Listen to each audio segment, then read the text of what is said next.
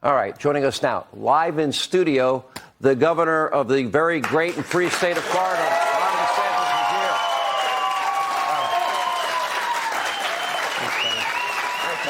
Thank you. Have a seat.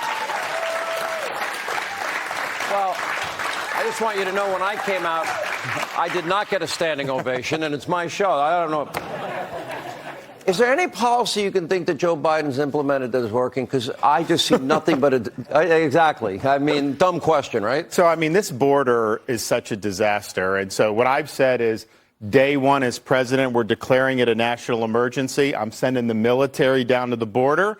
We're going to build the wall, stop the invasion, but I am going to treat the Mexican drug cartels as the foreign terrorist groups that they are. They're killing tens of thousands of our fellow citizens by bringing fentanyl into this country. We're using lethal force against the cartels. Right. If they're bringing fentanyl in, breaking into our country, we're going to leave them stone cold dead at the border. Trust me, they will get the message. How do you assess the state of the primary as of right now? And what do you want people to know about you that maybe they don't know? Well, the reason I'm in New York is because I got invited to be at the 9/11 ceremony, remembrance ceremony with some of the 9/11 families. So my wife and I got to go, and we're looking at the names, and they're telling stories. Joe Biden was in Hanoi. Yeah, and then he went to Alaska or something like that.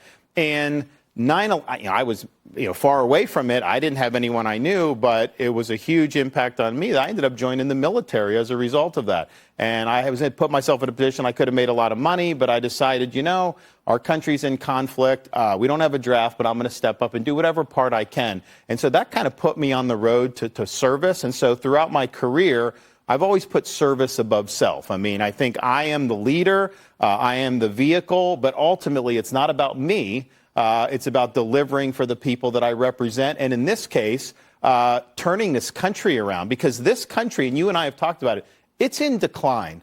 We're in jeopardy. It's scary. We're in jeopardy of being the first generation of Americans who are going to turn over to our kids and grandkids an America less prosperous and less free than what we inherited.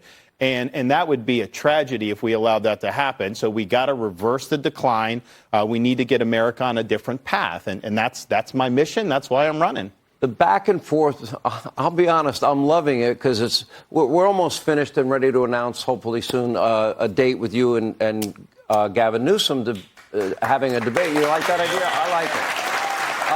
And I'm glad you accepted.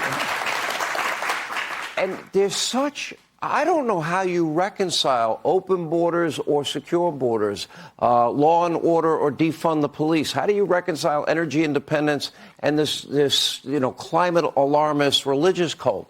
Where's the middle ground on these issues? Well, look, I think the California-Florida is very instructive. Sean, we just had an almost Category 4 hurricane hit our state.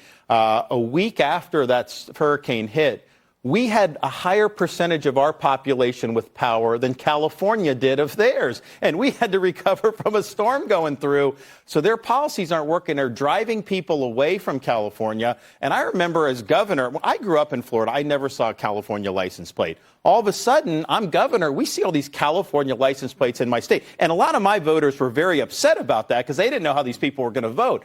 Well, it turns out, these are people that were leaving because the policies were so bad. And they embraced the free state of Florida, and a lot of them came and voted for me. But I wonder if you could make a law that says if you come from one of these left-wing states, you have to pledge not to bring the idiotic policies you left behind. So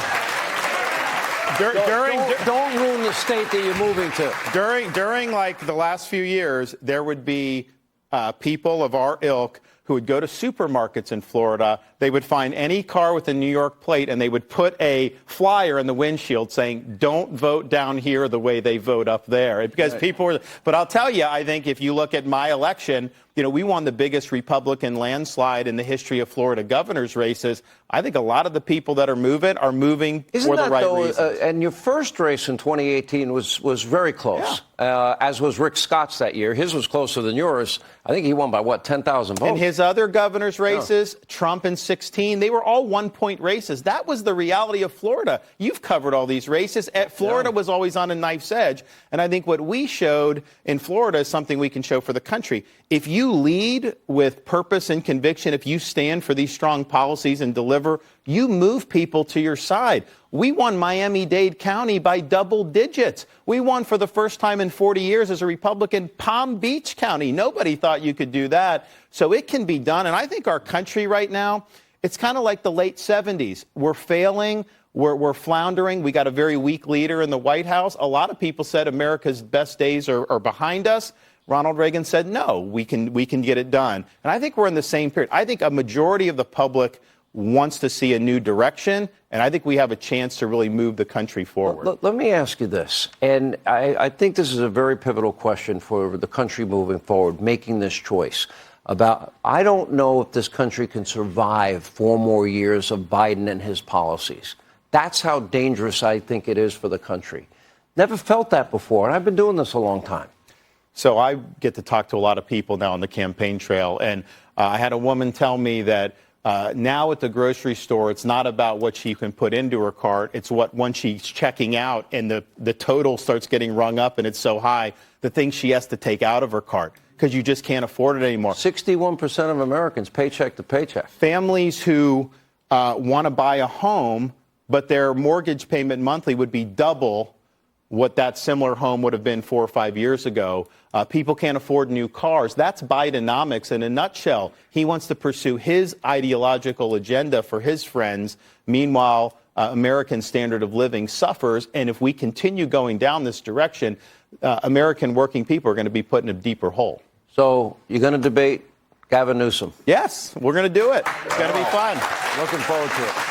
Governor, great to see you in New York. Hey, please come back anytime. We love having you. All right. Oh, yeah. There you go.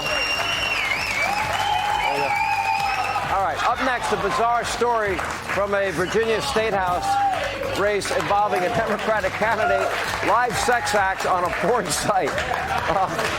If Biden... Anyway, Tulsi Gabbard is next.